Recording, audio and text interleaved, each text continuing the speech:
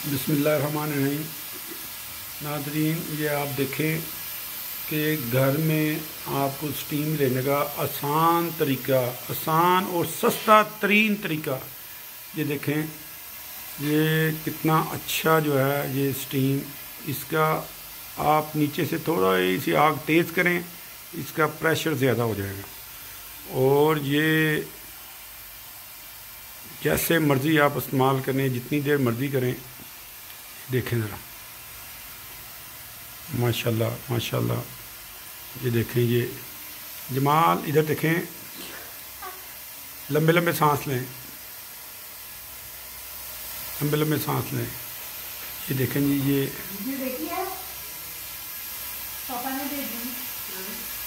देखें।